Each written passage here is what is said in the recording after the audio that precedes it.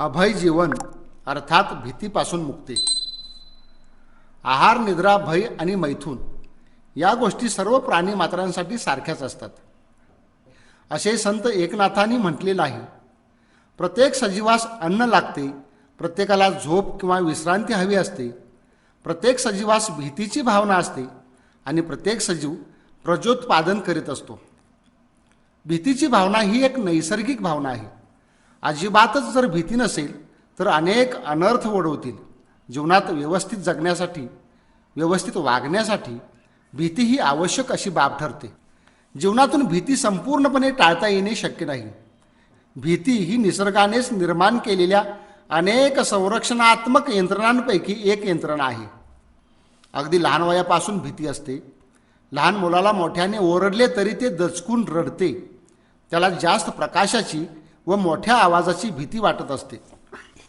लहानपणी इतर भीती नसतात, पण नंतर अभिसंधित प्रक्रियेने कंडिशनिंग होऊन अनेक प्रकारच्या भीती निर्माण होतात. दिव्याची ज्योत लहान मूल धरायला जाते, चुकून धरलीच तर भाजते व वेदना होतात. पुन्हा तो प्रयत्न ते करीत नाही. तसेच आई वडील, इतर लोक यांच्याकडूनही भीतीदायक गोष्टींचे ज्ञान मुलाला होत असते. कळत नकळत संस्कार होत असतात. भीतीचे संस्कार हळूहळू होत जातात.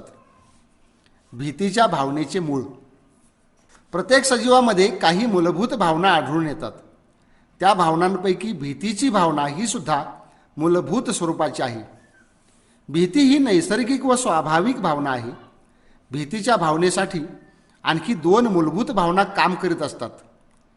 एक जगण्याची इच्छा, लिव्हिंग डिझायर, आणि दुसरी दुःखाची भावना. प्रत्येक सजीवाला या भावना असतातच. जगण्याची इच्छा सर्व सजीवांना असते.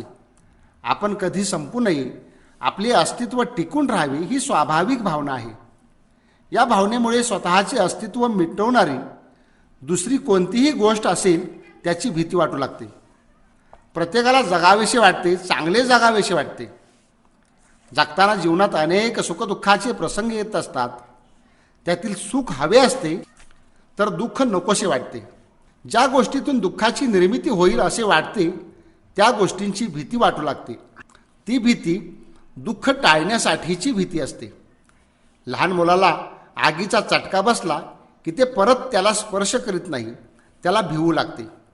शाळेत मास्तरचा मार बसेल, मारामुळे दुःखाची वेदना होते म्हणून मूल मास्तरला भिवू लागते. वडील रपाटे मारतात, मूल वडिलांना भिवू लागते. जिथून दुःख निर्माण होते किंवा दुःख निर्मितीची संभाव्य कारणे ज्या ठिकाणी आहेत असे त्याला वाटते, त्या सर्व गोष्टींची त्याला भीती वाटू लागते. जगण्याची इच्छा व सुखदुःखाची भावना या अगदी प्राथमिक स्वरूपाच्या भावना आहेत. त्या अहमच्या पातळीवर घडून येतात.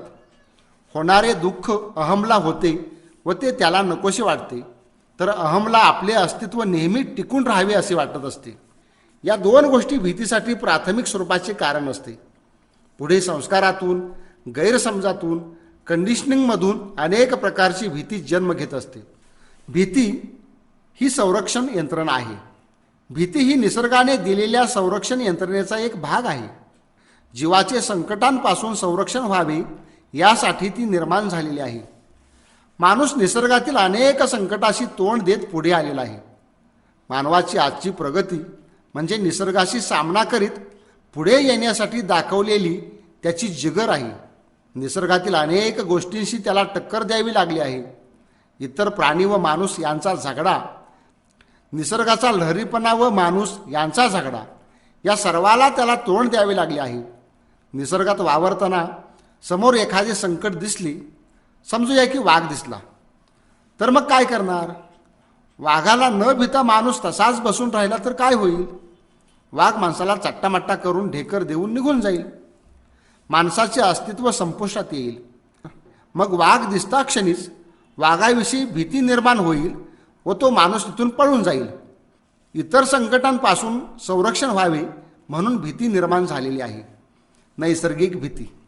भीती निर्माण होण्यासारखी परिस्थिती निर्माण झाली की शरीराच्या ज्ञानेंद्रियामार्फत मेंदूमधील हायपोथॅलॅमसकडे ती माहिती पाठवली जाते. त्याच्या उद्दीपनामुळे शरीरातील मूत्रपिंडाच्या वर असलेल्या ॲड्रेनल ग्रंथीतून ॲड्रेनॅलिन नावाचा स्राव हार्मोन्स रक्तात मिसळतो. त्यामुळे हृदयाची गती वाढते, तांबड्या व पांढऱ्या रक्तपेशींचे प्रमाण रक्तात वाढते व रक्ताची घनता वाढते. रक्तामध्ये साखर वाढते. शरीराला रक्तपुरवठा अधिक प्रमाणात व्हावा म्हणून रक्तदाब वाढतो. श्वासाचा वेग वाढतो, कारण रक्ताला ऑक्सिजनची अधिक गरज असते. लहान इंद्रियाकडील शक्ती हात पाय इत्यादी मोठ्या इंद्रियाकडे पाठवली जाते. दूरचे स्पष्ट दिसावे म्हणून डोळ्यांच्या बाहुल्या मोठ्या होतात आणि डोळे विस्फारतात. शरीराचे तापमान वाढते. शरीरात ताकद निर्माण होते. अतिरेकी ऊर्जा निर्माण होते. हातापायात बळ येते. त्यामुळे व्यक्ती संकटावर मात करते. व्यक्ती त्यापासून दूर पळून जाते किंवा कोणतीही हालचाल न करता थिजून जागच्या जागी खिळून राहते. जागीच खिळून राहण्यानेही काही संकटावर मात करता येते. सापाला सर्व माणसे भितात. सापाची भीती ही कंडिशनिंगने किंवा इतर अन्य भावनातून निर्माण होते. काही लहान मुले सापाला हातात धरून खेळू शकतात. प्रथम त्यांना त्याची भीती वाटत नाही. नंतर मात्र लोकांच्या सांगण्यातून कंडिशनिंग होते व सापाची भीती निर्माण होते.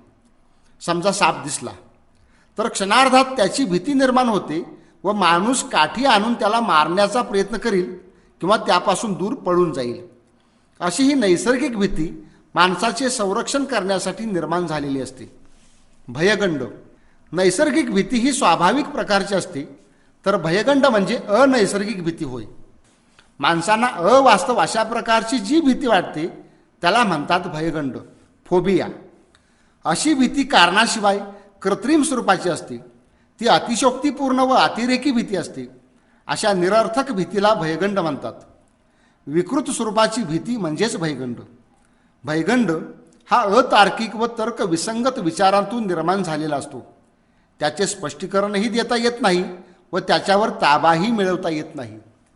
आडरानातून घरी चालत जाताना रात्रीच्या वेळी सावधपणे चालावे. कानोसा घेत जावे. खाली बघून चालावे. ही झाली स्वाभाविक स्वरूपाची भीती.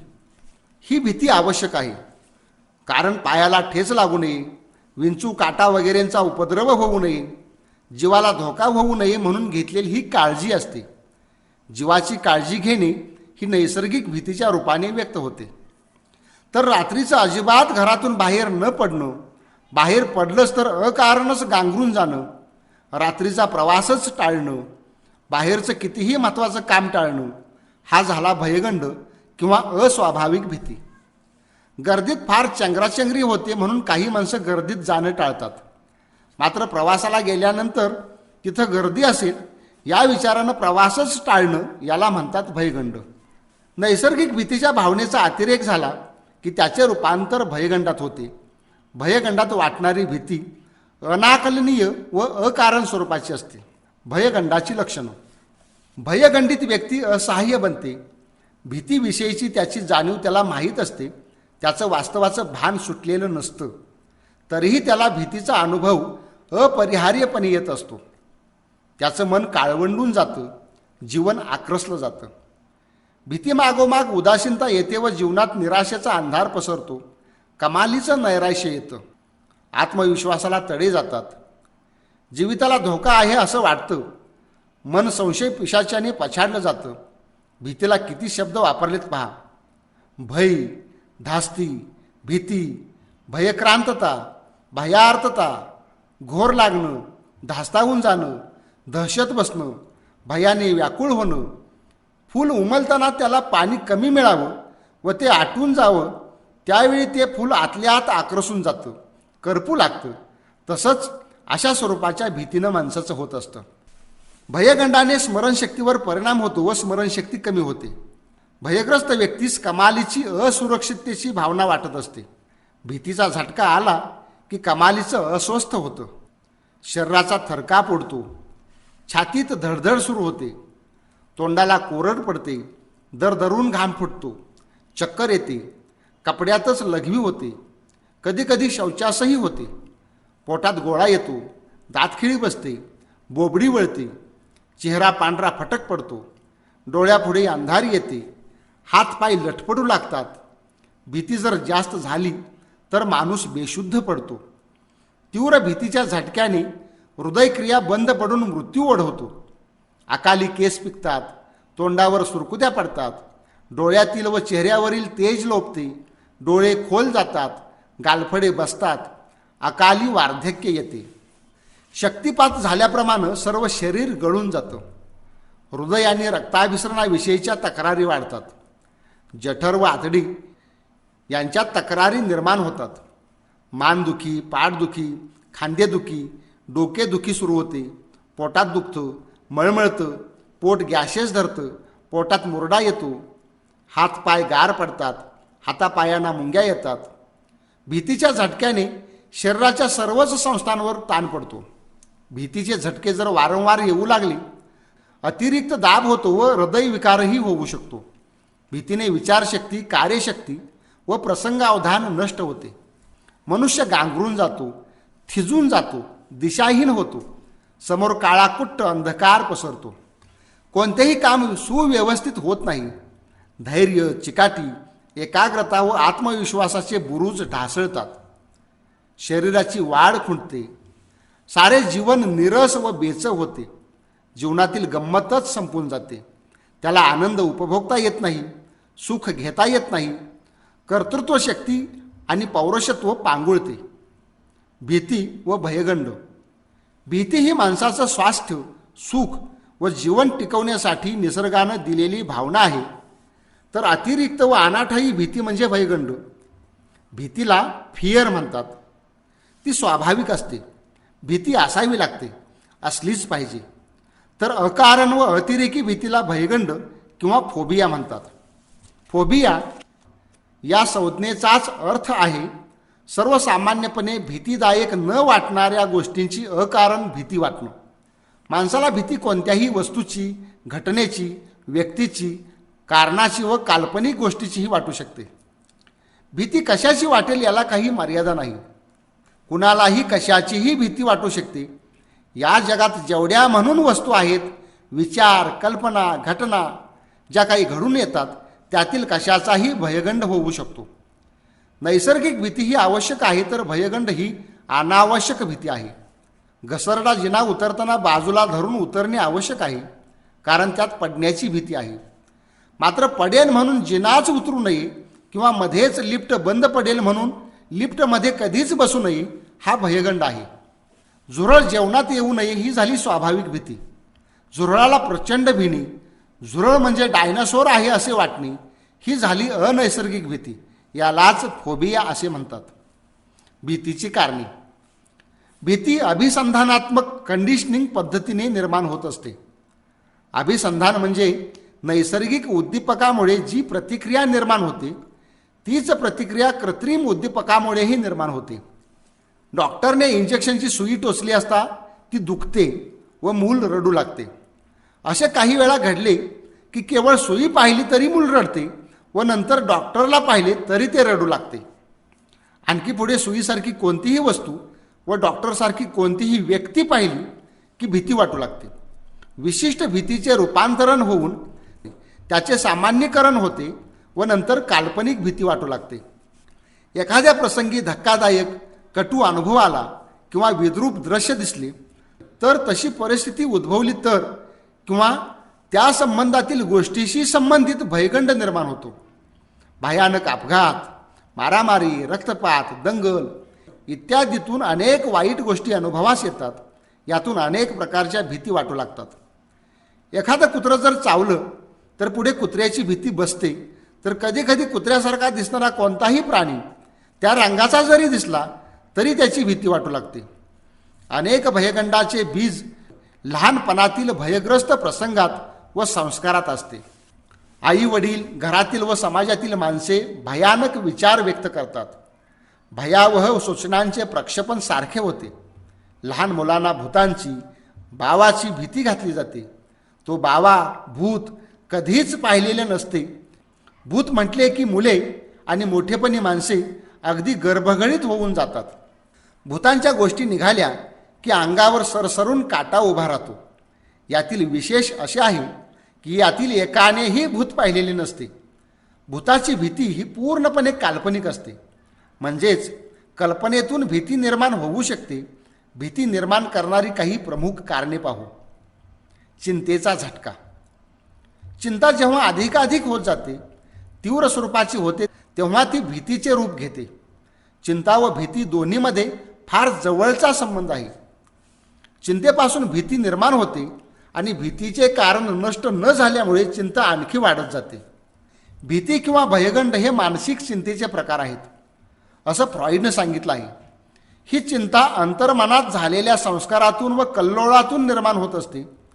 संस्कारक्षम वयामध्ये मनावर आघात करणारे भीतीदायक संस्कार होत असतात, त्याचेच पडसाद पुढे उमटत राहतात. अशा प्रकारच्या भयगंडाचे विश्लेषण करायचे व त्याचे मूळ कारण शोधून काढून ते नष्ट केले की भयगंड जातो, असे मनोविश्लेषणवादी मानसशास्त्रज्ञ मानतात. आडरानातून येताना भूतांचा आभास होऊन घरात आल्यानंतर भूताची जी भयानक भीती बसते त्याने माणूस कोसळून जातो. ही जी भीती आहे याला पॅनिक एन्झायटी किंवा तीव्र स्वरूपाची चिंताग्रस्त अवस्था असं म्हणतात. विचारांची संभ्रमित अवस्था आणि अंधश्रद्धा यांच्यातून अशा प्रकारची भीती निर्माण होते. भीतीचे विचार.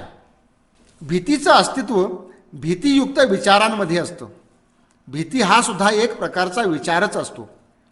भीतीचा सतत विचार करणारा माणूस भेदरट होतो.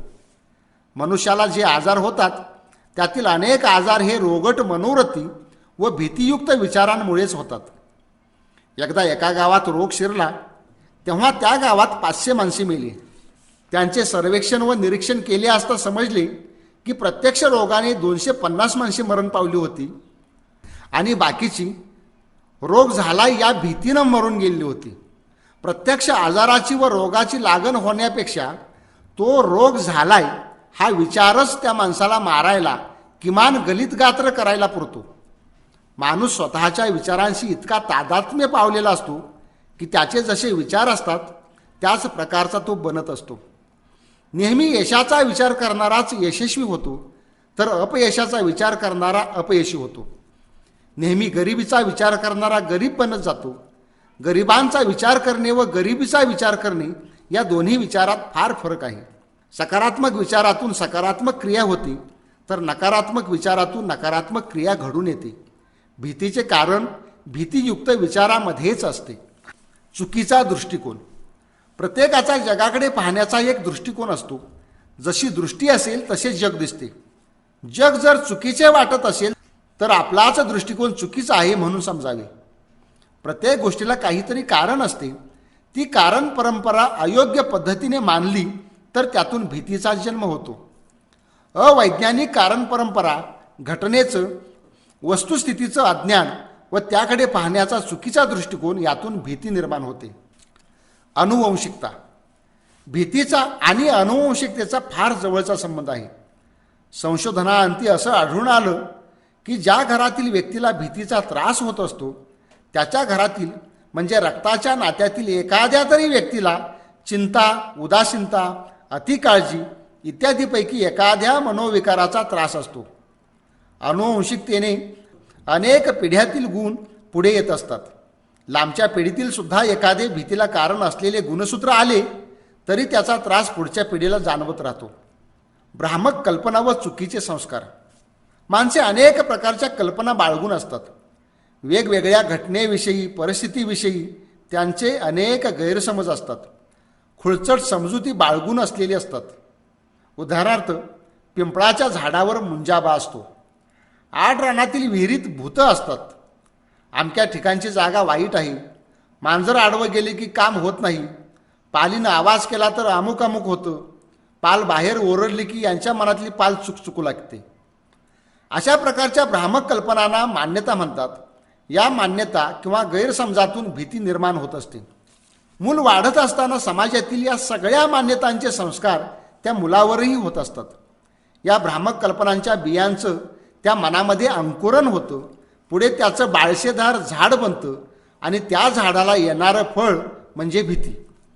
ज्या देशात, समाजात भूताची कल्पनाच नसते त्या समाजात एकालाही भूताची भीती वाटू शकणार नाही. पण दुर्दैवानं तसं नाही. सर्वच समाजात अशा भ्रामक कल्पना व त्यांची भीती आहे. या प्रकारच्या भ्रामक कल्पना केवळ अशिक्षित लोकांमध्येच असतात ही एक भ्रामक कल्पना ठरेल. कारण तथाकथित सुशिक्षित, उच्च शिक्षित अशा लोकांमध्येही अशा भ्रामक कल्पना व त्यांची भीती आणि त्याच प्रकारचा अडाणीपणा आढळून येतो. सदोष व्यक्तिमत्व. काही माणसे मुळातच दुर्बळ असतात. त्यांचे व्यक्तिमत्व विस्कळीत स्वरूपाचं असतं.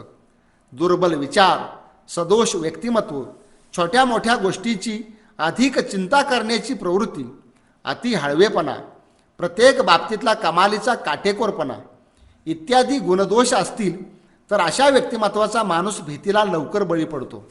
सावधगिरीचा अतिरेक करणे, आत्मविश्वासाचा अभाव असणे, कमजोर निर्णयक्षमता असणे इत्यादी गोष्टीही भीतीला कारणीभूत होतात.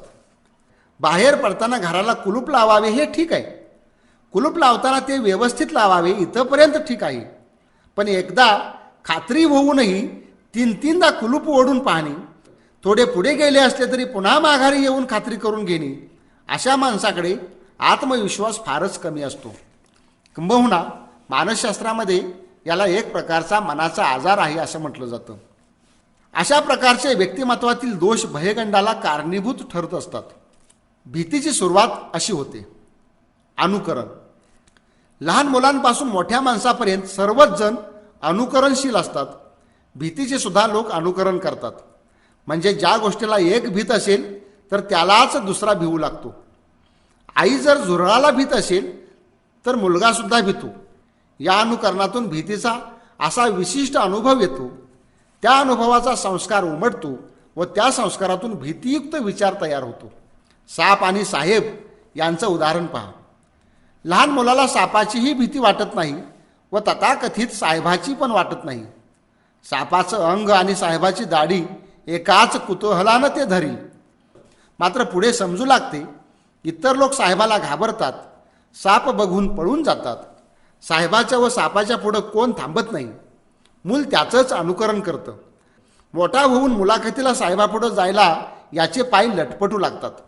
साप स्वप्नात जरी आला तरी हा दचकून उठतो. नंतर त्याला समजतं सापाच्या दातात विष असते तर साहेबाच्या शब्दात विष असतं. साप दातानं डंख करतो हे ज्याला साप चावला असेल त्याच्याकडून कळतं. तर साहेब शब्दानं विष ओकतो. साप माणसाला जीव मारतो तर साहेब स्वाभिमान व आत्मस्वातंत्र्याला मारतो. साहेबामुळं माणूस जिवंत असून मेलेला राहतो. साप एकदाच मारतो तर साहेब पुन्हा पुन्हा रोज मारतो याचा त्याला अनुभव येतो. त्या अनुभवाचा ठसा त्याच्या मनावर उठतो. त्या संस्कारातून सापाविषयी व साहेबाविषयी भीतीचा विचार निर्माण होतो. पुढे साप पाहताच याची चड्डी ओली पिवळी होते तर साहेब पाहताच दात खीळ बसते. भीती ही अशी अनुकरण, अनुभव, संस्कार व विचारात जाऊन बसते व पुढे त्याचा भयगंड निर्माण होतो. भीती काय आहे? भीतीला थोडं समजून घेऊया. भीती ही एक भ्रामक कल्पना आहे. मनावर अनेक संस्कार झालेले असतात.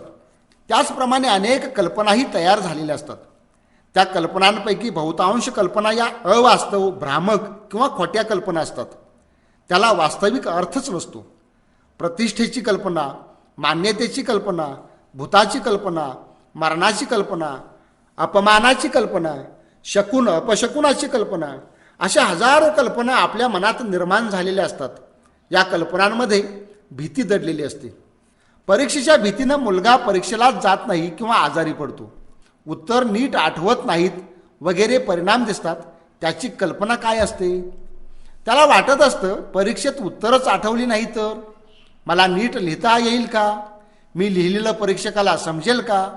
मग नापास होईल किंवा कमी मार्क्स मिळतील. आईवडिलांच्या अपेक्षेचं काय? दुसरी मुलं नावं ठेवतील. सर्वजण कुशीत भावनेनं बघतील. मेल्याहून मेल्यासारखं होईल. असा विचार करून त्याच्या मनात भीती निर्माण होते.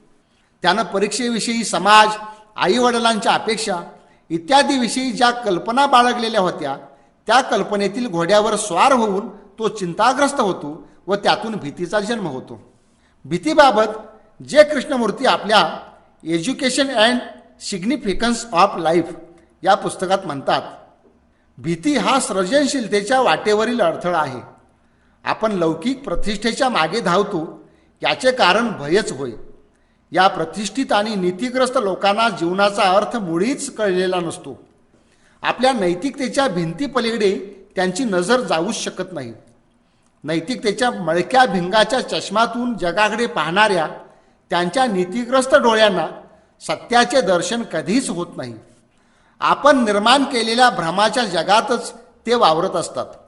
या नैतिकतेच्या मुखवट्यामुळे मनाला क्षणभर समाधान लाभले नाही तरी त्यांच्या मनातला गोंधळ, दुःख, संघर्ष कधीच संपत नाही. सुरक्षिततेच्या हव्यासातून अपरिहार्यपणे भय निर्माण होते. या भयामुळेच आपण परंपरेला कवटाळून बसतो, अनुकरणशील बनतो आणि आपल्याहून जे अधिक सामर्थ्यवान आहेत त्यांचे वर्चस्व स्वीकारतो. स्वाभाविकच आपली मने जड बनतात. मुक्त आणि निर्भय मनच सृजनशील राहू शकते.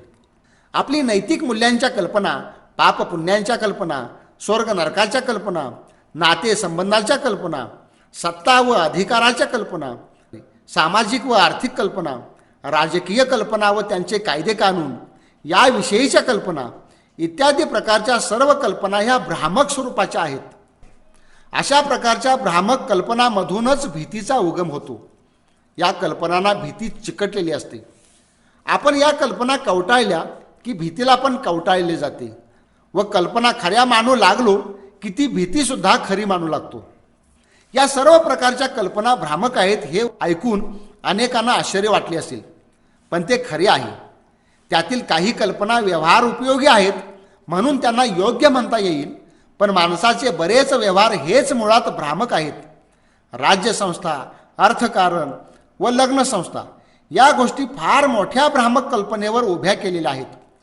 सत्ता व अधिकार अबाधित राखण्यासाठी त्यातून पुन्हा अनेक नवीन कल्पनांचा जन्म होतो.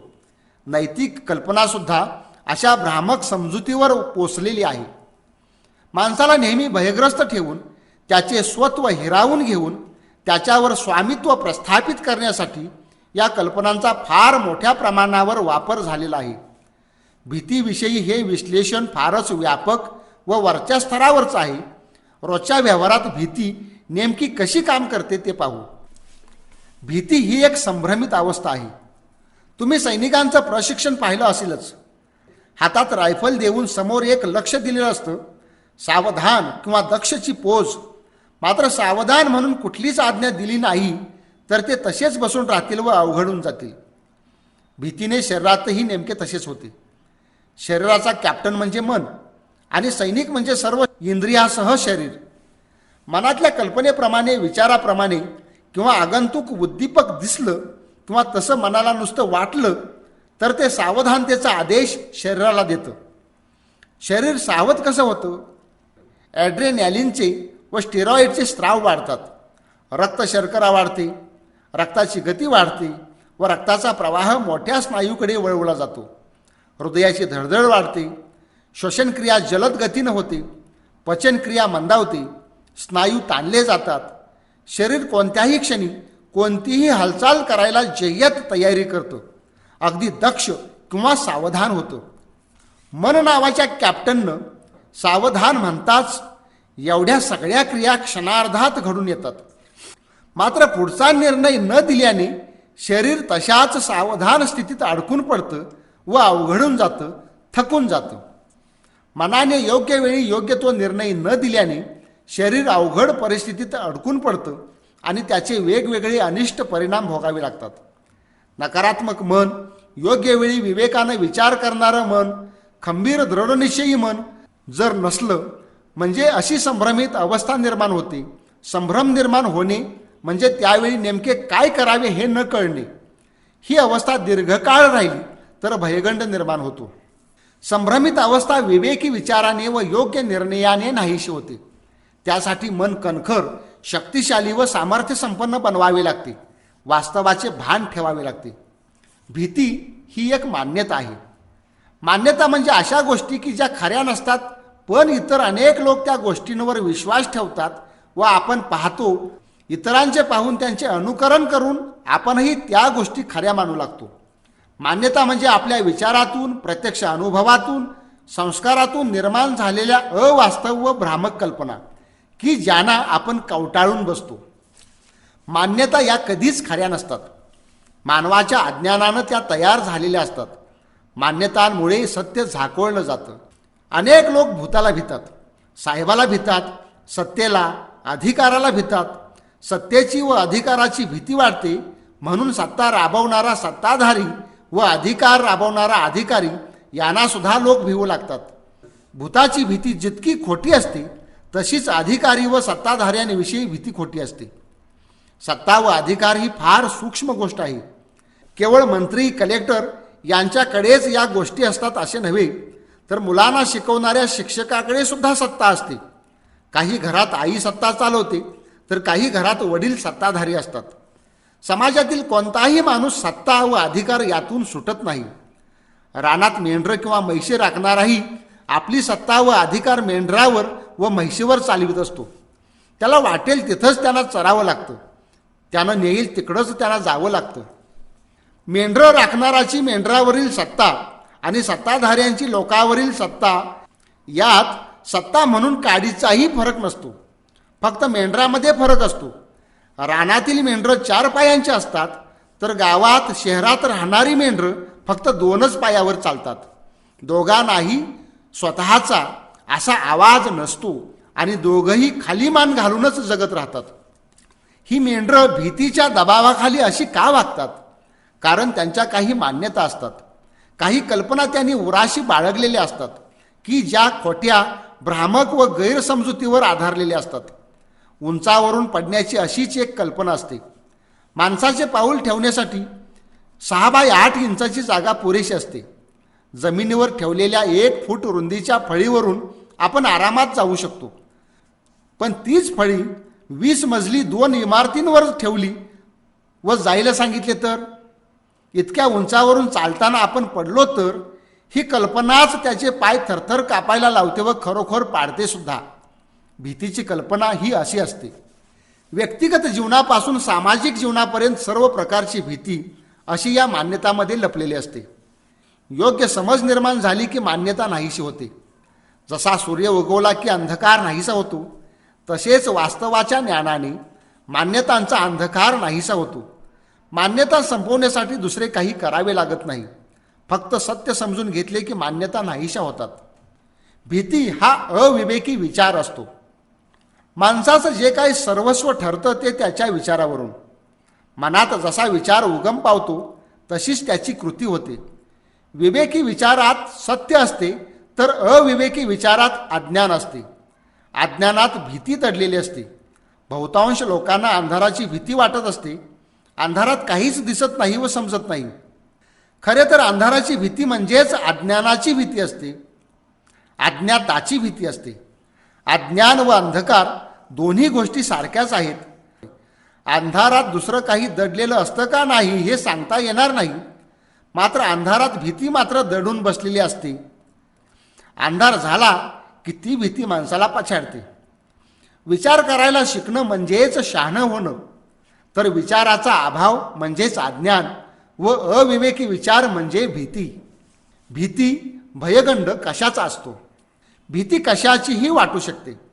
या पृथ्वीवरच्या पाठीवर जेवढे काही आहे आणि माणसाच्या मुठभर मेंदूमध्ये जेवढ्या काही कल्पना आहेत, विचार आहेत, त्यातील कशाचीही भीती वाटू शकते. भीतीचे हजारो प्रकार आहेत. सर्वच जर सविस्तर वर्णन करून सांगत बसलो तर त्याच्यावरच काही ग्रंथ होतील. इतके भीतीचे वेगवेगळे नमुने, प्रकार व त्यांचे परिणाम आहेत. नमुन्यादाखल काही भीतीचे प्रकार पहा. अंधाराची भीती, मोकळ्या जागेची भीती, आवाजाची भीती, बंद खोलीची भीती, उंचीची भीती, पाण्याची भीती, आगीची भीती, गर्दीची भीती, भविष्याची भीती, आजारपणाची भीती, भूताची भीती, देवाची भीती, पापाची भीती, झुरळांची भीती, रक्ताची भीती, अरुंद जागेची भीती, वरिष्ठांची भीती, दवाखान्याची वा डॉक्टरची भीती, परीक्षेची भीती, लोकांची भीती, जवळ बसण्याची भीती, काही लोकांना स्त्रियांची भीती, विद्वान लोकांची भीती, म्हातारपणाची भीती, चोरांची भीती, पोलिसांची भीती, कोर्टाची भीती, स्टेजवर बोलण्याची भीती, अप्रतिष्ठेची भीती, लोकनिंदेची भीती, डोंगर दऱ्यांची भीती, खूप खोल्यांची भीती, वाऱ्याची भीती, स्वतःचीच भीती वाटते, आजाराची भीती, टोकदार वस्तूंची भीती, मेघगर्जनेची भीती, झोपेतच मरून जाण्याची भीती वाटते, म्हणून अनेक जणांना निद्रानाश जडतो. इतर भाषांची भीती, एकांताची भीती, उंदराची भीती, प्रेताची भीती, जमावाची भीती, अपराधाची भीती, लैंगिक भयगंड, अपरिचित व्यक्तीची भीती, विचित्र दिसणाऱ्या वस्तूची सुद्धा भीती, अपघाताची भीती वाटते म्हणून काही लोक वाहनातच बसत नाहीत. मृत्यूची भीती, भीतीचे हजारो प्रकार आहेत. माणूस किती भीत भीत जीवन जगतोय पहा. अशा भयग्रस्त जीवनामध्ये स्वातंत्र्याच्या स्वच्छ हवेत मोकळेपणाने श्वास घेऊ शकतो का? या सर्व प्रकारच्या भीतीच्या पिंजऱ्यातून त्याला बाहेर पडावे लागेल. काही स्त्रियांना नवऱ्याचा भयगंड होतो, तर काही पुरुषांना बायकोचा भयगंड होतो. प्रत्यक्ष अपयशापेक्षा अपयशाची भीतीच फार भयानक असते. भीतीमुळे पुरुषार्थ कोमेजतो. खरा वीर शूर पुरुष एकदाच मरतो, पण भित्रा मनुष्य आयुष्यात वारंवार मरत असतो. भीतीने मुर्दा झालेला मनुष्य पुरुषार्थ करू शकत नाही. यश मिळवणे, जीवनातील आनंदाचा अनुभव चाखणे हे मुर्द्याचे नव्हे तर मर्दाचे काम आहे. सर्व प्रकारची भीती संपवल्याशिवाय पुरुषार्थ गाजवताच येत नाही. वास्तव परिस्थितीपेक्षा काल्पनिक गोष्टींचीच भीती फार वाटते. मन माकडासारखे दुष्ट विचारांच्या या फांदीवरून त्या फांदीवर उड्या मारित राहते. अशा काल्पनिक विचारांची साखळी निर्माण होते व ती साखळीच माणसाला बांधून ठेवते. भीती अति झाली की वेडाच्या झटक्यापर्यंत जाते. म्हणून काल्पनिक गोष्टींची भीती बाळगू नये. अंगामध्ये क्षमता सामर्थ्य असूनही भीतीमुळे कार्य होत नाही. भीतीमुळे चालढकलपणा वाढतो. अपयशाची, अज्ञानाची, अपुऱ्या तयारीची, आपले काहीतरी चुकेल याची, अप्रतिष्ठा होण्याची, नुकसानीची अशा नाना प्रकारांची भीती वाटत असते. भीती ही मानसिक गोष्ट आहे. मन खंबीर करूनच तिला घालवणे शक्य आहे. भीती निवारण्याचे उपाय. भीतीला सामोरे जा. कोणत्याही गोष्टीची भीती वाटत असू द्या, त्याला सामोरे जा, त्याचा सामना करा. भीतीचा सामना करताना एक गोष्ट लक्षात घ्या. विषाची भीती वाटते म्हणून विषाची भीती घालवण्यासाठी विष खाऊन बघा असा अर्थ घ्यायचा नाही. तो अनर्थ होईल. जीवनाच्या संरक्षणासाठी ज्या काही नैसर्गिक भीती आहेत त्या आवश्यकच आहेत. आपण चर्चा करतोय अनावश्यक भीतीविषयीची, तेव्हा संपूर्ण उपाय या दृष्टीनेच अंमलात आणावेत. अंधाराची भीती वाटते ना, मग आपल्या खोलीतली लाईट घालवून मुद्दाम अंधार करा व त्या अंधाराचा अनुभव घ्या. अंधारात थोडे शांत निशब्द बसा. नंतर थोडा वेळ इकडे तिकडे फिरा.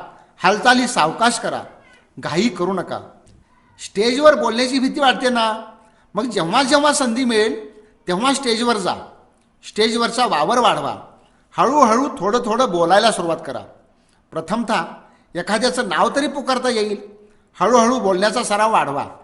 नंतर तुम्ही इतके बोलाल की टाळ्या वाजून प्रेक्षकांनीच तुम्हास बस करा म्हणून सांगावं लागेल. परीक्षेची भीती वाटत असेल तर शांत मनाने परीक्षा द्या. त्यासाठी सरावाच्या परीक्षा द्या.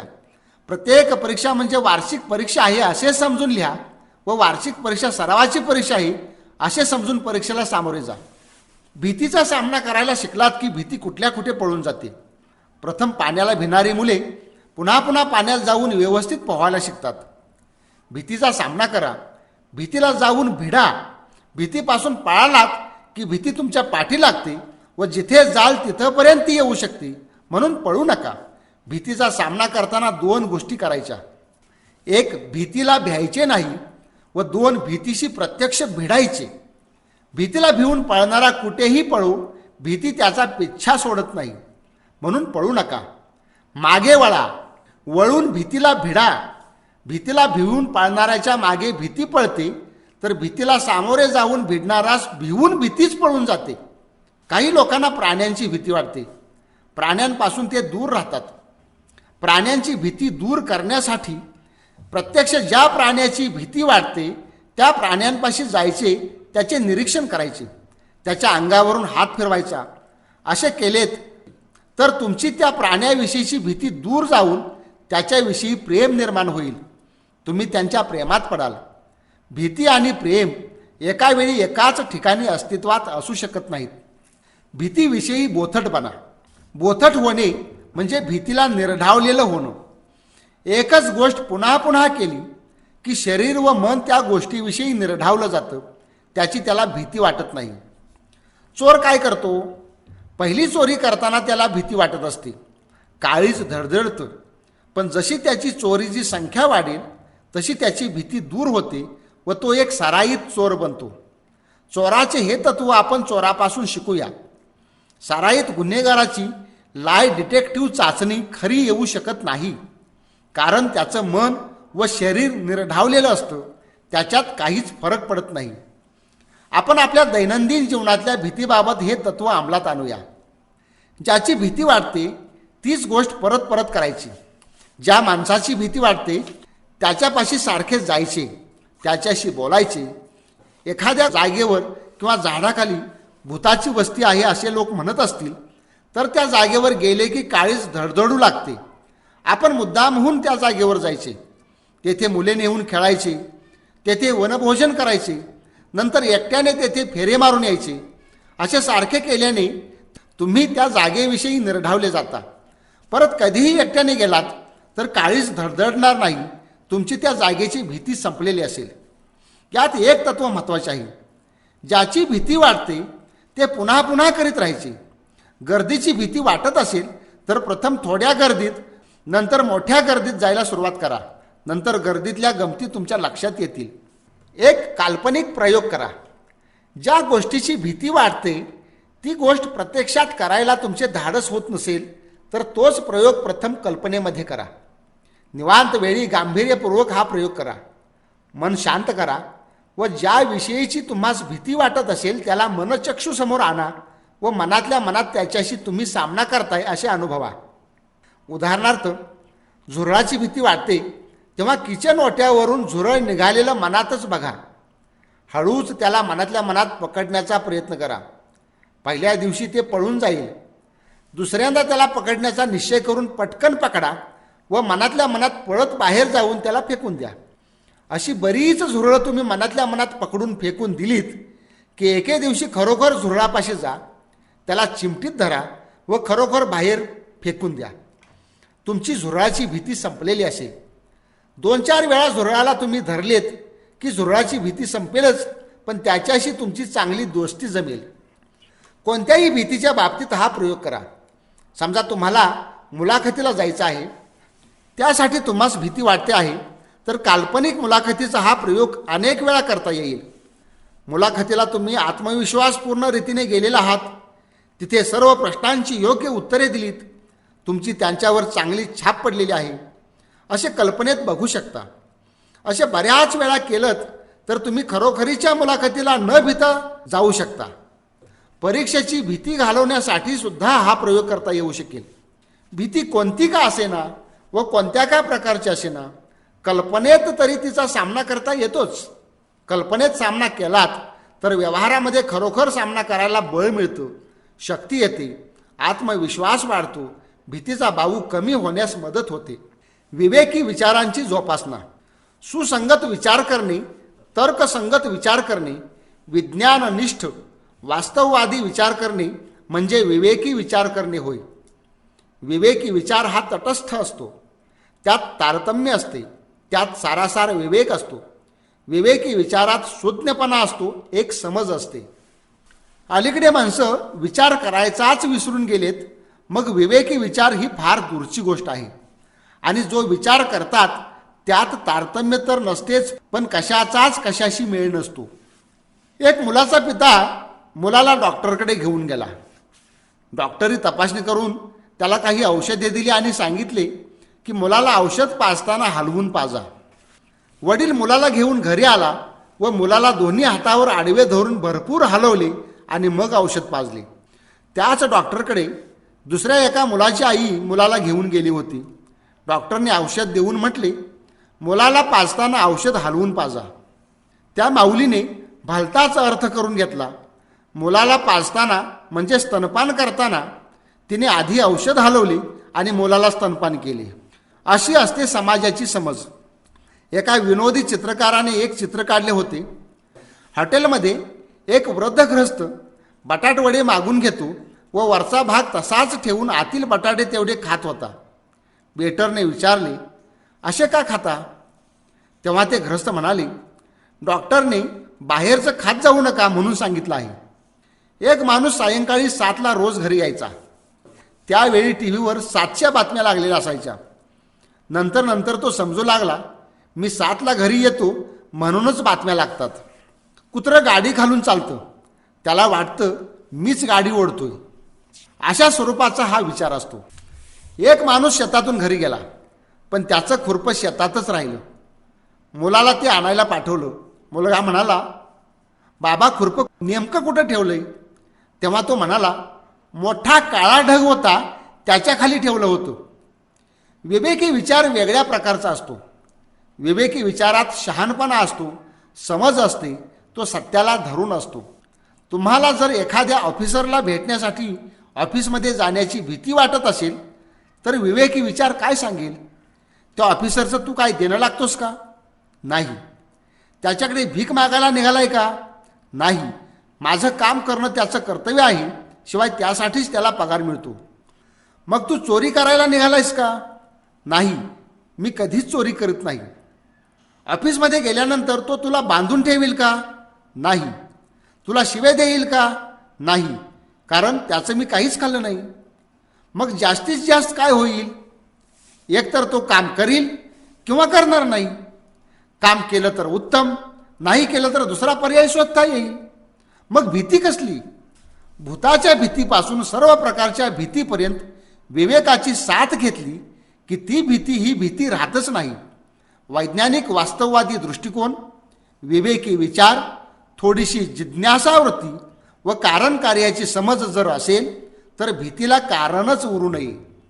विश्वास ठेवा. विश्वास 2 प्रकारचा असतो.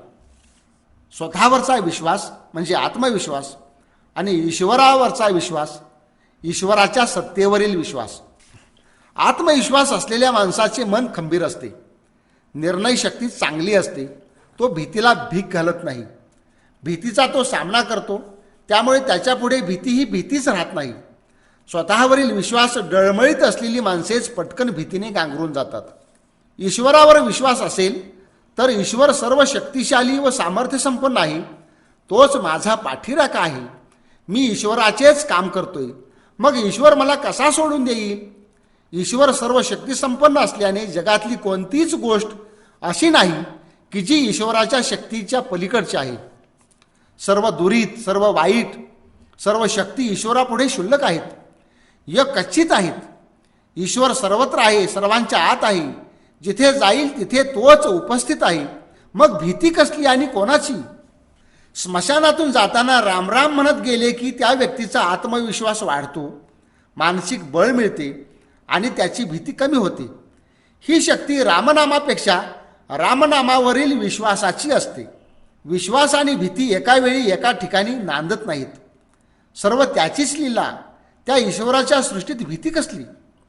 त्याच ईश्वराचा मी सेवक आहे, मी ईश्वराची दौलत आहे. रामदास एके ठिकाणी म्हणतात, समर्थाची या सेवका वक्र पाही, असा सर्व भूमंडळी कोण आहे? समर्थाच्या ईश्वराच्या सेवकाकडे वक्र दृष्टीने पाहण्याची कुणाची हिंमत आहे? ईश्वरावरील विश्वासाने आत्मविश्वासही बळावतो व आत्मविश्वास असेल तर ईश्वरावरील विश्वास दृढ होतो.